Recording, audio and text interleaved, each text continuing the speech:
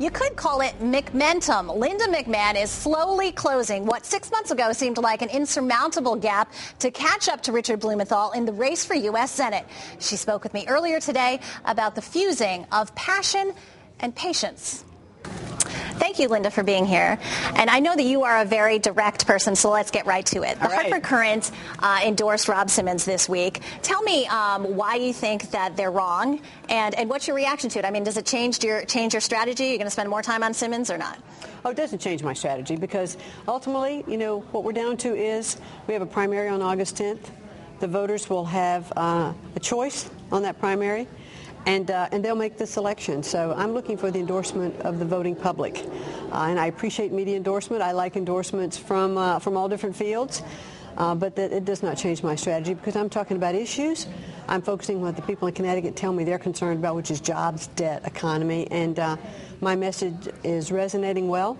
And that's what I'm going to continue to focus on. They did say in the editorial that you have business moxie and you can respond to the hard issues, but they said that perhaps that your economic recovery plan relied a little bit too heavily on tax cuts. Why are they incorrect about that? Well, I think they needed to delve deeper into the full jobs plan that I have posted, at Linda2010.com, which really does talk about tax cuts combined with spending cuts. You can't just cut taxes. You've got to reduce spending because if you do one without the other, then you're not going to get to the end success. But if you reduce taxes, you create a cultural environmental change, I think is what we have to do. We have to give more certainty to the marketplace so that small businesses, entrepreneurs know what they can count on, what taxes are coming down, how to plan. Regulations and taxes are just strangling, small businesses. So you are in favor of repealing the Bush tax cuts? Or letting them expire? No, I would like them to not expire. I mean, I'm sorry, yes, you'd like to extend them. Excuse me. Absolutely. Yes, you'd like to extend them. Well, what you're talking about is a tax increase. Mm-hmm. After the first of the year, capital gains, dividends, that top-level marginal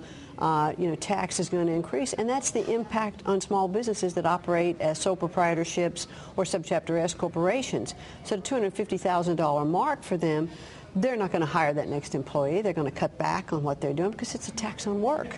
So they'll reduce the work. But don't we need that money? I mean, I think I read today that the two major causes of the deficit are the cost for the war in Iraq and Afghanistan and the Bush tax cuts. Cutting discretionary spending is not going to make up for that huge gap in the deficit. I mean, don't we need, we're only talking about the top 2-3% of people. I mean, can't we rely on them to let these expire and put a little more into the pot? It's against everything I think is right. I don't think you raise taxes on anybody in a recession. I think you cut spending.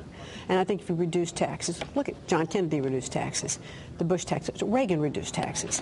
Because what you're looking at really, think about you cut taxes, it does not mean you're cutting tax revenue if you stimulate the economy. Small businesses or businesses in general, hiring more people. It is the effect then of more people being employed, paying taxes, buying more goods and services. It really invigorates the economy and gives it sustained recovery that not just, if you don't invest in the private sector, you're not going to have sustained recovery. And I would really agree with that. I mean, I think that creating jobs and creating businesses is the long-term solution. But in the short-term solution, we do need cash. And you talk about cutting spending. Where specifically, if you were to go to D.C., would you think, as soon as you get there, you're going to say, okay, this is going to come off the books right now? Do you realize that with our debt at almost $13 trillion, we are paying $1 billion a day in debt service? Wow. Now, if we were to take unspent TARP money, unspent stimulus money, pay down some of that debt, we'd reduce that cost. I like some of John Thune's recommendations of having, a freeze on civilian federal employees for a year. Also on rehiring of federal people. If two people left, one person would be hired. So you reduce the government overhead there. But that's not going to solve the issue. We're going to have to put lots of spending on the table and a real bipartisan healthy debate on how we're going to bring all of this spending down. And it will not be an easy process. I mean, you're ready for that kind of criticism and that kind of scrutiny? I've been in corporate boardroom where the cutting of the budget and making people come in, with the right kind of bottom line has not been an easy task, and I just know it'll be much more complicated, much longer, much drawn out, but it's a process we have to go through. I'm really going to work for a balanced budget amendment. We've got to operate within our means in the government. You talk a lot about your business experience, and we have a lot of people who come on and say that their success in business will translate to politics.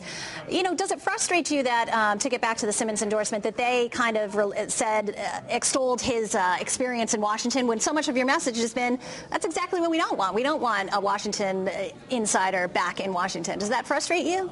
Well, it does frustrate me because the people of Connecticut are telling me exactly what I'm thinking. Mm-hmm. They want non-career politicians. They want somebody from the outside with real-life business experience who's run a company, understands about putting your own capital at risk, understands about making a payroll and making those tough decisions. And, I've been bankrupt along the way. I know both sides of those issues, and I've walked in a lot of those shoes. And I think what people in Connecticut are telling me is, you're a real person. You get it. Mm-hmm. You can connect with us and understand what we're feeling. Also, the successful people know I've been there. And so it's a really good matchup that I'm following. And they don't want same old politics coming out of Washington. They want fresh faces and fresh ideas. Right. We talked about how a lot of times in these interviews we don't have a lot of time to get into things. I'm sorry. I apologize if this is kind of rapid fire. But let's move on to Arizona's new immigration law. It's officially on the books. The judge did block certain provisions of the law, but much of it went into effect.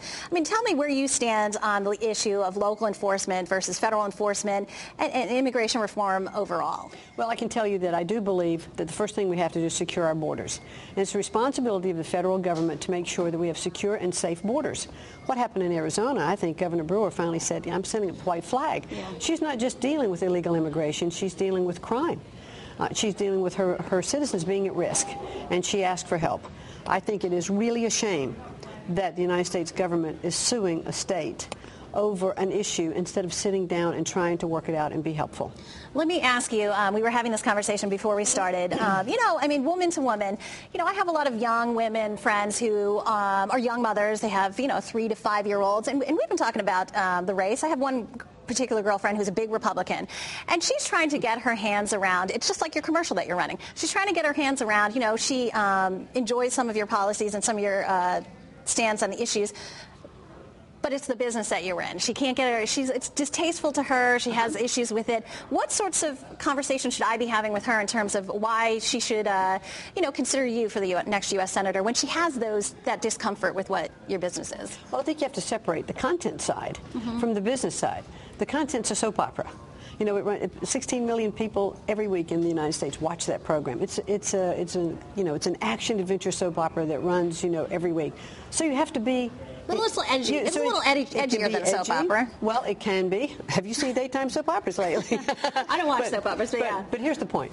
I think really that it's the content. That content has really evolved from TV 14 to TV PG, and that's really it's in a good place. I'm really pleased with where that is today. There was a time when it was much edgier, but it is all PG, rated by the networks today.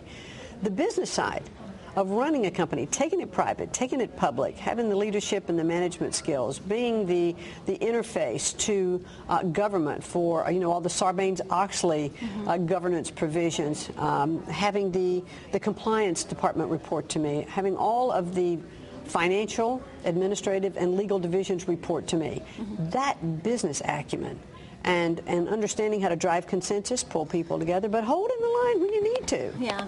And I think that's important. Those are skills that transfer anywhere. All right, and I'm going to go a little bit over time here and ask you one more question, something that we talked about earlier.